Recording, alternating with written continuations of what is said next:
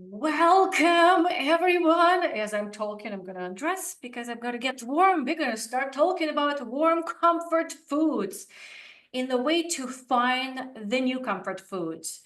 It's interesting that we have this meaning of comfort foods as something unhealthy because they make us feel good. But in fact, those comfort foods make us crappy. Those comfort foods are really discomfort foods. How do we discover what's behind those cravings? And more importantly, how to break this pattern to find unhealthy alternatives? I almost said unhealthy. Good afternoon. My name is Nadia Touch. I am certified health, life nutrition coach, and a personal fitness trainer.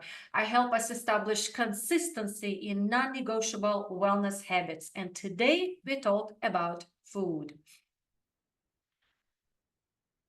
So quickly for housekeeping rules, please have your notebook. This is a lot of information. It might feel like, oh my gosh, Nadia, slow down. This is not a group coaching. This is a training. I will go fast, hopefully repeat it once. If you need to make notes, please do take screenshots, and the recording will be available for club members. And I'll let you know how to become a club member so you can get this and more. Please stay on the video. I actually, even though it's on Zoom and it feels like I'm talking to myself, but I'm actually looking at your faces. I'm communicating with you. But at the same time, please stay muted. And if I talk to you, because I will be talking to you a lot, please use the chat. This way we will continue training going. Otherwise, if somebody unmutes and they start talking, it becomes a dialogue and it slows down. And I really want us to finish on the bottom of the next hour. So it's really, really fast training. Okay, we double check if Maria Elena, please make sure you see if anybody's waiting. Okay. And as I mentioned, replay will be available. If you want, you can take a look at the on-demand club membership, and I will give you a really fun deal at the end, and also 4-hour dialogue. For any Q&A, please wait till the very end. In fact, if there's any question, just hold on and wait to ask it until we're done with the training, and there will be space for Q&A. Deal? Deal, okay. Yeah, well, she said muted, so I can't really unmute. I'm just gonna say deal with my hand. Okay, good. So let's go. We will talk about stepping into your childhood. That is really your why. We will look at what, when, and why you crave comfort foods. We will look at vicious habit loop cycle. And we will create new options through pattern interrupting edible and non-edible substitutions. And I will let you know how to stay consistent, how to take this information and really bring it into the transformational experience in our Power Club. Okay. The way you will receive the information today is actually based on the program I have developed. It's called the Wellness Vortex Model. It is a 20 non-negotiable health habits in the spiny circle on the top, on the bottom left, in the pillars of mindset, nutrition, and fitness. In the mindset, we identify what keeps us stuck and getting crystal clear how to break through. In the nutrition, you are what you eat. So we're curious about food cravings, including comfort foods, designing a regimen that fits your individual needs. And in fitness, understanding your past experiences and your future goals, designing the movement routine that fits your body. So to me, it's true ownership of your health so you can own your life. You probably saw the key sentence, comfort foods. This is what we will nail into today. Okay. So please use the chat. Where are you in your relationships with food? And please use the chat because I do my best when I talk. I still try to relate to what you're all saying. You know what to eat, you're just not doing it. Maybe it's binge eating, judgment, followed up by guilt. Maybe it's feeling lethargic and low energy, not motivated. Honestly, sometimes not motivated to change. Feeling aches, pains, inflammation, maybe it's up and down the roller coaster. So where are you with foods? I'm reading the chat. Maybe you know someone who is experiencing those struggles. So when it comes with the relationships with food, comfort foods, what comes to your mind? To me, it's probably like, I know it's not good for me and I still want it. Not feeling motivated. Yeah. I know it's good. It's not good for me to eat comfort foods. I just don't want to change. Or I see up and down roller coaster. Been working on this. Yeah, yeah. All right. Thank you so much for your honesty. Where do you want to be? Do you want to feel clear and active in your body, being strong, being confident, enjoying active time with your family? In fact, I just had a conversation with someone yesterday. It's like, wow, my 10-year-old kids and were just running so ahead of me, and a 37-year-old parent is finally realizing, wow, I just need to do something about my health. I can't keep up with my children.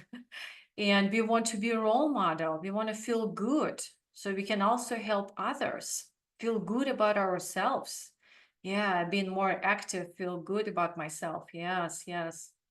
Keep those coming. Thank you so much. In my training, I give you double work. You have to listen, you have to think, you have to type, and you also have to make your own notes in your notebooks. Okay. I like this example from Sandra. She felt like she had no control and she was constantly eating at night. And it felt that she was in control, but what she really needed is to be in control in order to feel good.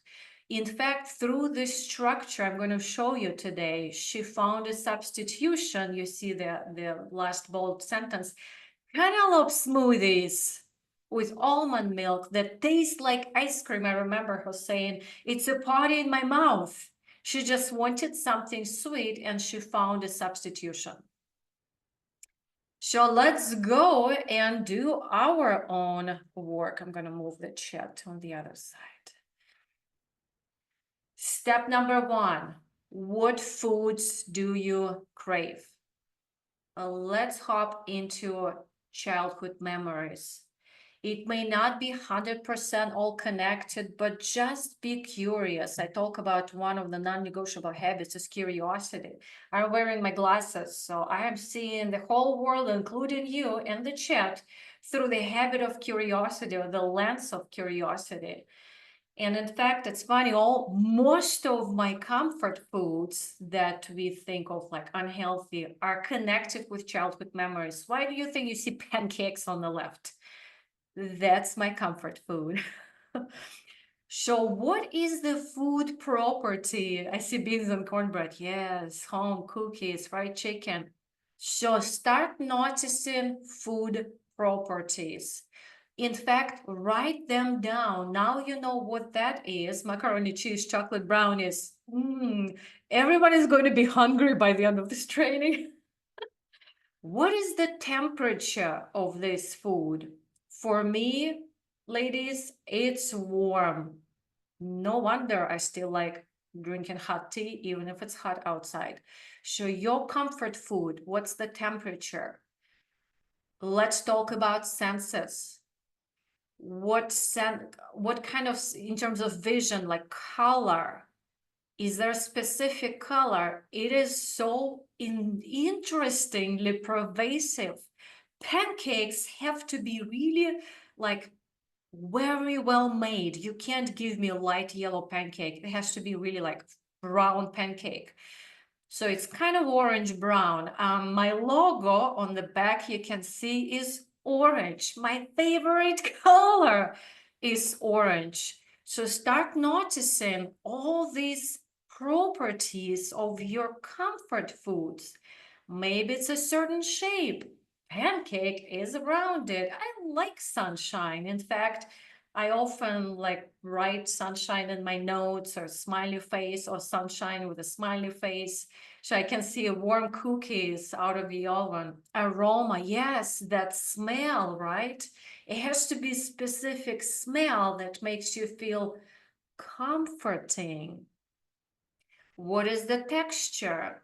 Crunchy, salty, sweet, soft, maybe it's a liquidy. Whichever comfort food again you're thinking about, think of that texture, because it's important. Once you start finding alternatives, it's crucially important to find an alternative that might be as close as possible, especially at the beginning. Crunchy, yes, exclamation point. And now think about the emotions and feelings it produces. So the pancakes, if you read my email, I have several examples, but the pancake example is it's in the morning. It's the weekend in my childhood home. Usually it's actually Sunday in there. It's funny, ladies and gentlemen, pancakes on Sunday morning in my childhood home. Just listen. So for main meal, it was pancakes with sour cream. But wait, there's a dessert. Pancakes with condensed milk. Oh my gosh. I still love pancakes, by the way. Now it's every Saturday. So crunchy, salty. But what it reminds me of is that feeling of comfort, of warmth, of taking care, everything is good, weekend, relaxation, family time. What does it remind you of?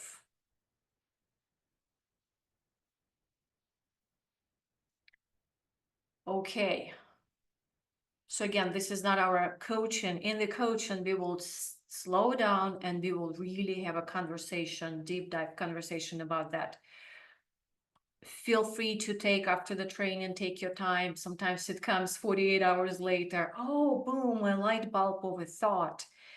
As of right now, step number 2. When do you crave these foods? Let's talk about the circumstance. Is there a specific circumstance in the day? In fact, I think that's my next time of the day. So I already see in the chat night time. For me, it's about 4 o'clock. Oh, darn, my training is falling at 4 o'clock. When do you start craving these foods the most? Sometimes it's after work. Maybe when you're watching TV, you just want to relax. Maybe you're bored. It's really important. Yeah, it depends. So you can start pinpoint where are those times of the day, bedtime, I say. The other thing to notice for us fast-paced society, on the scale from 1 to 10, what is your stress slash boredom level at that time?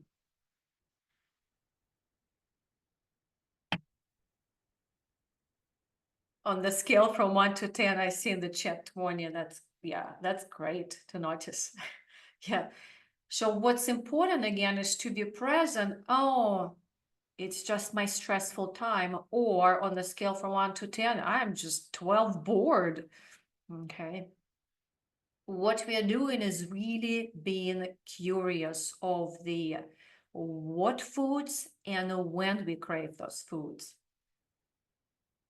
Okay, I see 8, yes.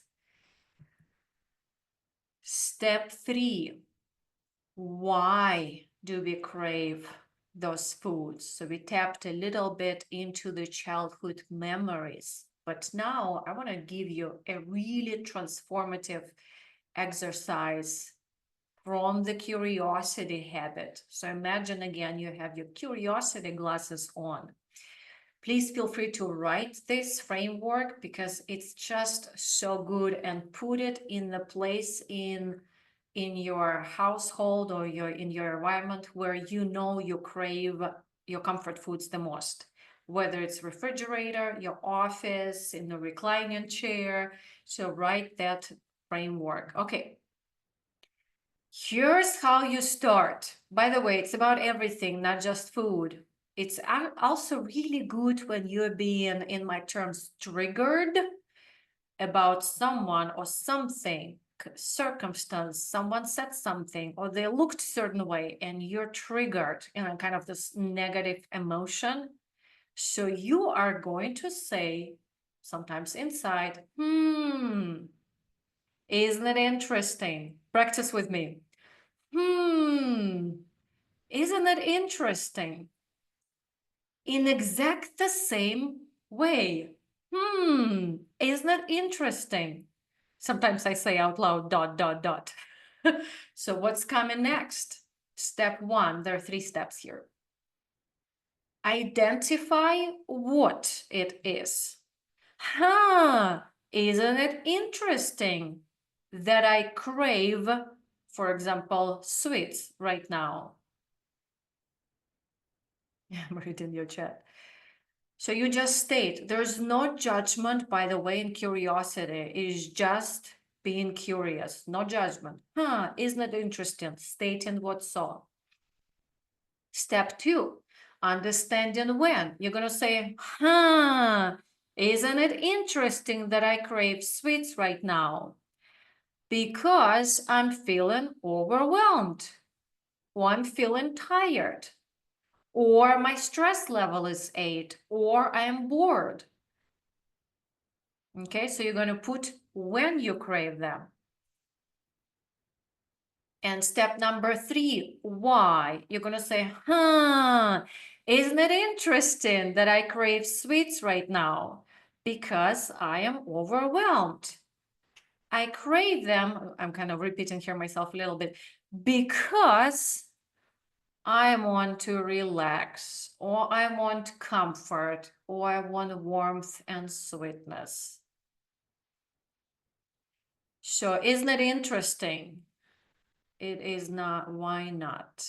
So the first step is what, second step is when, and third step is why.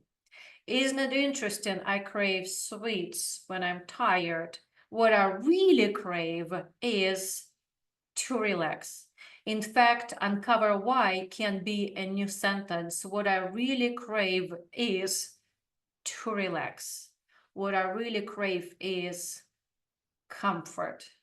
What I really crave is I want to be soothed. Does that make sense? Yeah. It seems like, okay, but I guarantee you, if you practice this from the point of curiosity, you practice it as a muscle, curiosity muscle, like when you go to the gym and you work on the muscles you want to build, it's the building the muscle of curiosity. Your choices become simple, not easy, simple.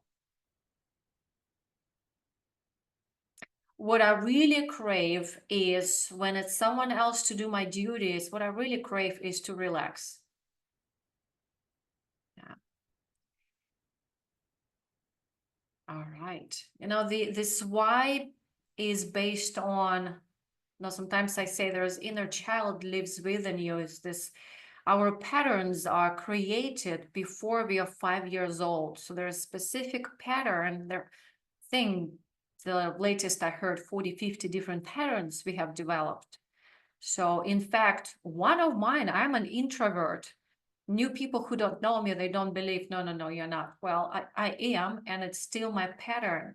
So why I'm craving warm tea in the afternoon is because I crave just be quiet. This is my internal pattern, okay? Yeah, loneliness, being quiet, being calm. Okay, so let's move forward. Habit loop. So it's really, really important. Sometimes we feel like, oh my gosh, I'm addicted. In fact, I was reading from someone last year. It was, let's see if I can find. She was saying that I eat comfort food, then I feel guilty, but I want to eat it again, and I eat it, and then I feel guilty. I feel so addicted. What's wrong with me? There's nothing wrong with us. It's all about a habit loop, whether it's quote unquote healthy habit or unhealthy habit. habit loop. So it's like a circle. I'm just going to cut it and open it up in 4 steps. Step number 1 is cue. So cue, for example, I'm done with my work. Somebody said something. I smell the food. It's the circumstance that is happening. Reaction step 2 is how my body is responding. It has nothing to do with what I'm yet choosing. The body is going to respond the way it's going to respond. I'm feeling saliva. I'm getting hungry. I'm feeling like, and by the way, my thoughts, I deserve. Maybe today I can make an exception, but I've been so good. And all this is still a reaction by our physiology. And what the body wants, in fact, this is our brain that is craving. Step number 4, reward. Reward is always connected with pleasure. If it feels good to eat cookies and popcorn and drink red wine on Friday night, we're going to do that. If it feels good to put walking shoes and go for a walk first, and then decide we're going to do that. It has nothing to do with good or bad habits. It has to do with the reward and its pleasure, its satisfaction, and that's our why. The way to change, as they say, habit, we have step 3. It's action, and that's what we're going to do, finding the substitutions. So you can't change generally the cue, you can't change reaction, it's your childhood patterns, you can't change your why, it's what brain craves. What you can do is to act slightly differently. Does that make sense? Okay. All right. So let's find your new comfort foods. Anybody needs a little stretch? I do. Okay. All right, so we are in the second half here. And again, we will go fast. There might seem like there is a lot of packed information. I want to give you as much as I can in this time. We spent a month talking about this in our group coaching. You get it in just a few minutes. Okay, finding your new comfort foods. Number 1, interrupting the pattern. Then we're going to look at edible options, basic to intermediate to advanced, crucially important. And then we're going to look at non-edible options. This is actually, okay, I'm going to say this word. Please feel free to laugh. Hierarchy of habits. Did I say it correctly? No, I know. Oh, I need to remember it. Hierarchy of habits. Just forgive me, don't correct me. If I'm looking at that wellness vortex you saw first few minutes I showed you, this is how we go. Curiosity, interrupting pattern, finding basic options, intermediate options. Then we go to advanced and non-edible, which is actually connected with your why as well. So we're building from the foundation to momentum to mastery. Okay. Interrupting the pattern. The minute, the second you catch yourself that you're craving that comfort food, this is just a suggestion. Have your rubber band on you. This is by Pacific Institute framework. Put the rubber band on you. It works with negative thoughts as well. And just snap the rubber band. So this is what this does is immediate pattern interrupt of from your brain. And here's what you can do after. You can say, okay, name Nadia, let's make a deal. Love this. Let's make a deal was created by Althea from our group class. She says, I made a deal with myself. We're going to eat this food after we make a circle around the house. I think she did 3 circles. She went out. So it's like, imagine you're making a deal with your kid. Yes, I can give you the candy after you do this. And the kid goes and does this. So it's the same thing. Take your child outside, walk around the house three times, and then come back and decide. It actually works really amazing with the workout. After you work out, you're like, I spent all this time working out and now I'm not going to eat this food. No, I've spent all this time working on my good body. So whichever deal works for you, try it. And then you can also relax. So the same thing, you can, as soon as you notice, you can pull the rubber band, you can either make a deal or and relax. The relaxation, I actually have it on my next slide as well. You can just take a deep breath, maybe 2 breaths, maybe 10 breaths.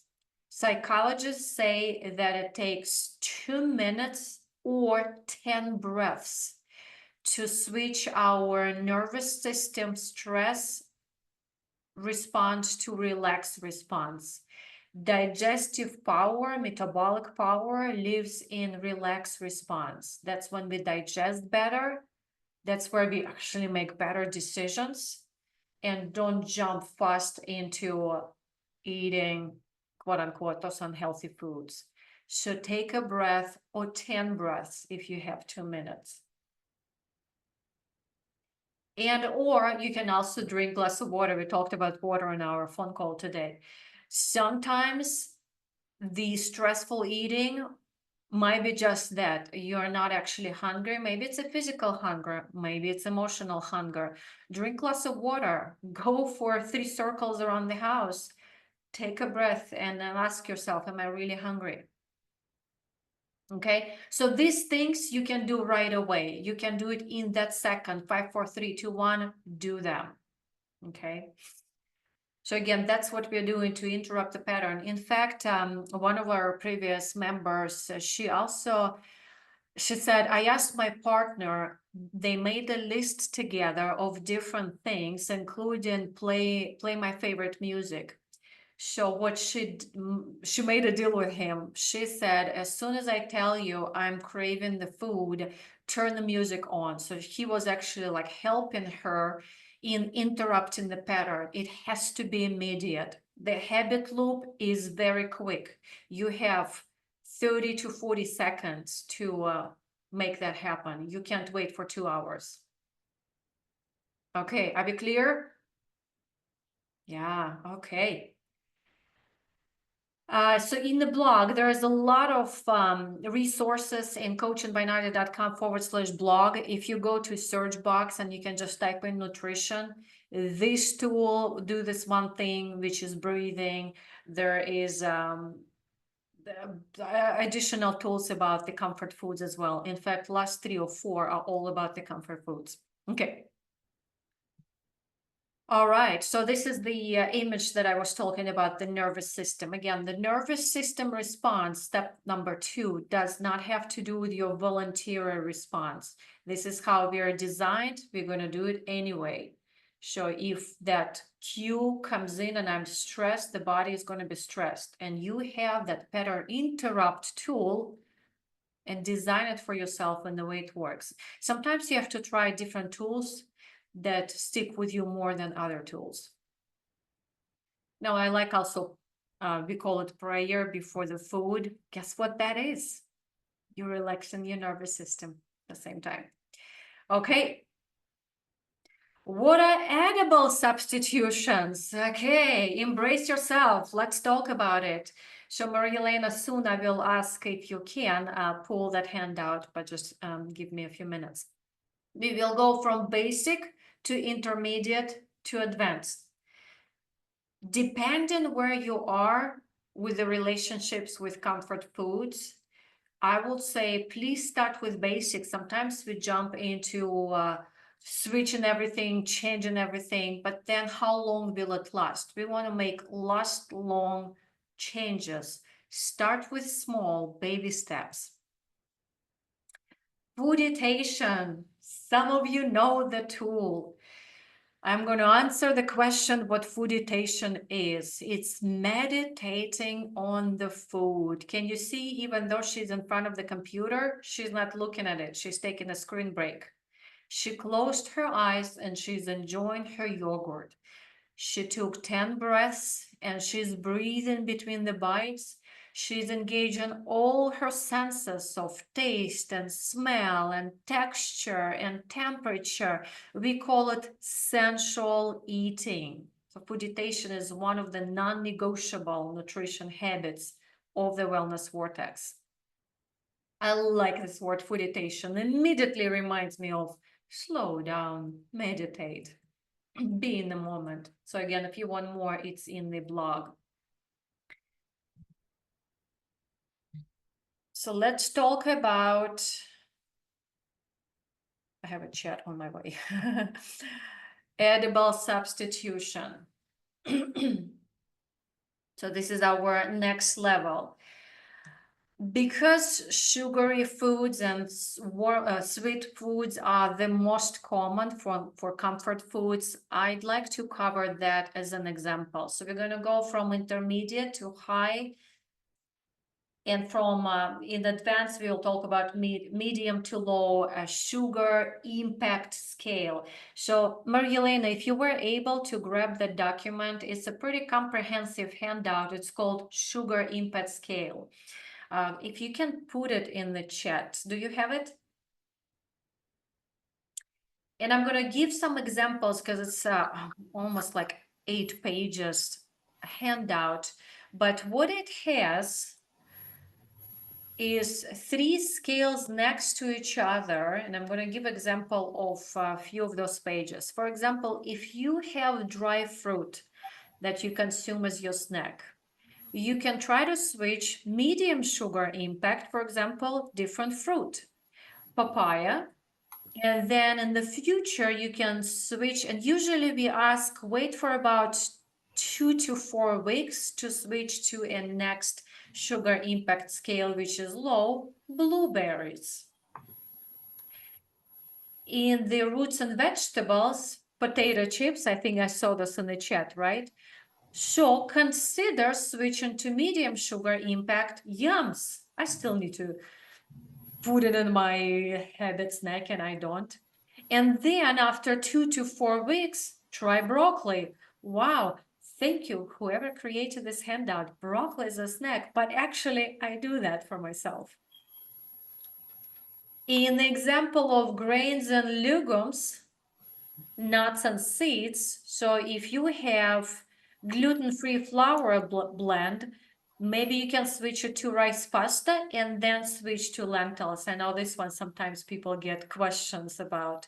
This is just suggestions. This is where you can take it and then decide what individually works for you.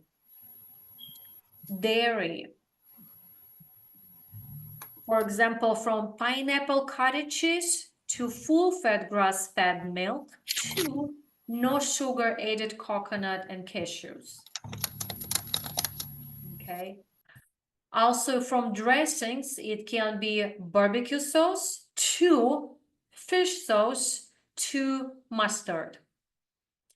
So again, I will give you this handout with all the options. Let me see. Thank you, Marielena. I'm gonna grab that and post it in the chat. I will not be sending this in the email. It will be only available for those who are members of the club. But I will send it to you right now. Let me see if I can pull it out.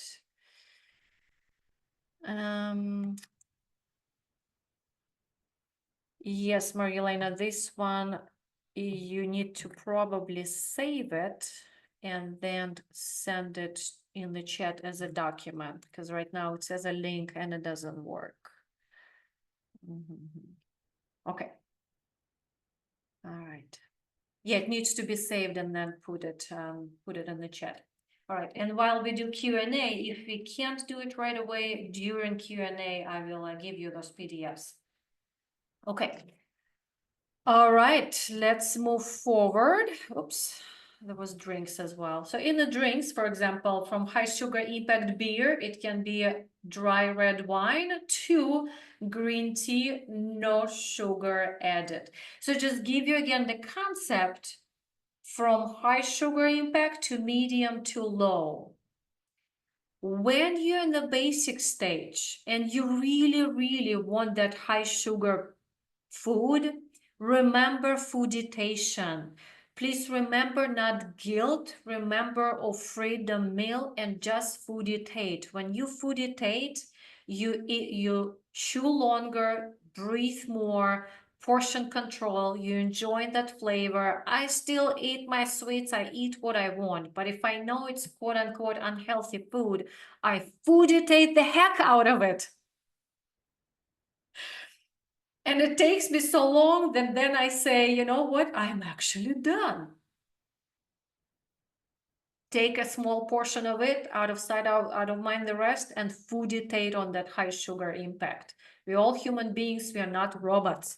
So one of the habits I teach is eat 80-20. So the 20% is your comfort food, shall you choose. And then you can decide, you know what, maybe one day I will switch to medium sugar, and you can still fooditate on that as well. And then low sugar impact. In fact, it's all about the meaning we put in our comfort foods. Comfort foods are really not comfort foods. They make us feel crappy, discomforted. Why do we put the meaning of comfort foods when we feel so discomforted? Oh, yes, Nadia, because in the habit loop, the brain craves reward. It's the immediate reward that the brain craves. But then we don't feel comfort 15 minutes after 2 hours and lifelong. We just don't feel comforted. So when we slowly switch to, for example, low sugar impact or healthier options, we start feeling comfort long term, 2 hours, 15, 20 minutes. And honestly, when we fooditate at the same time of eating those healthy foods, they're very comforting. My comfort food is celery, disgusting flavor, and I love it because in the process of fooditating my celery, I love myself tremendously, conditionally. I feed celery to my body. Okay, so much to say, but we need to move forward. Let's talk about more of edible substitutions. And I think there's only one thing I want to say: read labels. In the Q&A, unless Maria Elena, you can put that handout in the chat, I will give you the hidden sugar names when you read label. See if there's any questionable names on the label. The rule of the thumb, if you don't know the name, don't buy that food. Another rule, the less packaging food, the better. Let's prioritize whole foods, fresh produce, less packages. But if you were to buy packaging, make sure that the label as small to Farmer's Joe label as possible. Make sure you know the names. If you don't, put it back. Okay. More to say and moving forward as promised. What are non-edible solutions? I like this one. I saw this one last year and I put it into the presentation. Get your dopamine, oxytocin, serotonin, endorphins of happiness. Those are all happy hormones, by the way. And the main thing is to know your big why. So now I invite you to create your why menus. So here's what you can do. You can create your nourishment menu. So if you say, oh, isn't that interesting? No, wait. Huh, isn't it interesting? Not oh, huh. Is that interesting that I crave sweet at 4 p.m.? What I really crave is nourishment, or I'm going to put all three for you, or adventure or playfulness. In my case, it's nourishment at 4 o'clock. I'm just tired, I want to relax. So what you do, open up a fresh page and literally on top of the page, write down my nourishment menu or my adventure menu or whatever that is why you're craving this food. That's the name of your menu. Okay. In fact, just showed up in my awareness. Maybe crunchy food is being a little playful. You know, crunchy, when you hear that sound and kind of swoosh that crunchy food in your mouth, maybe your inner child wants to go play. So a while ago, we were creating a playfulness menu, and it's literally things you can do that make you giggle that are legal. You can cut a do not wash label of certain clothing, especially the clothing you don't like anymore. Wash it, and when you pull it out of the washer or dryer, laugh at it and do not donate it. Throw it away. Maybe I still do it. In fact, when I learned this menu, I do it every single day. Every single time I go shopping, I write shopping carts. I look left and right, make sure no one sees me. Yeah, it has to be really heavy in the shopping cart because I'm afraid that I knock it over on top of me and I just ride the aisle. Wow, it's so satisfying. Do you remember step 4? It has to be satisfying. So nourishment menu, speaking of oxytocin, it can be you go for a walk. What senses do you enjoy the most? Listening to bird, music, smelling flowers, flavored water. Maybe it's seeing the sunshine, painting. What did you like in the childhood? What senses were dominant in that liking activity? That may go into your menu. Am I making sense? So again, if we have time, we will stop, we will talk about it, and we will create a menu of at least 10. Write down as many as you can, but at least 10. They can be tiny, they can be more. One of the things just again came to me. Anybody bought a ticket to the movie and went to a different movie theater? Or like you hopped a couple of movies? After watching one, you're like, let's go see something else. And you went to another one. It's just, legal things, but things that make you fun, that you enjoy or feeling nourished. Hot tub, flowers, candles, lights, you name it. You got it? Yeah, okay. All right, my ladies and gentlemen, in the recording, we looked at our childhood.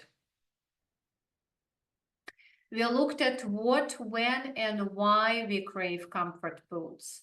We looked at the vicious habit loop cycle. And we looked at menu options, pattern interrupting, edible, and non-edible. And the handouts I mentioned while Q&As, I will grab those handouts and give them to you in the chat. And whoever is watching in the recording, they will be under either handouts or this live. Well, and with that said, as Jean, our spotlight for today, says, 1, 2, 3, move, get up, eat right, exercise, you'll feel better. It's your positive reinforcement. Keep consistent with accountability group, helps you stay mindful, as Althea mentioned. And I want to finish up on this note: to stop, to start. You ready? Stop blaming. Start acknowledging. Stop judging. Start being curious. Stop focusing on what not to eat. Start focusing on what to eat. Stop self-medication. Start fooditation. Stop perfection. Start reflection. Stop feeding your emotions. Start eating how you want to feel. Stop waiting. Start generating. Ooh, rhyming at the end. That's when you love your body, you love your life, your world through your daily choices. This is, to me, true ownership of your health, to own your life.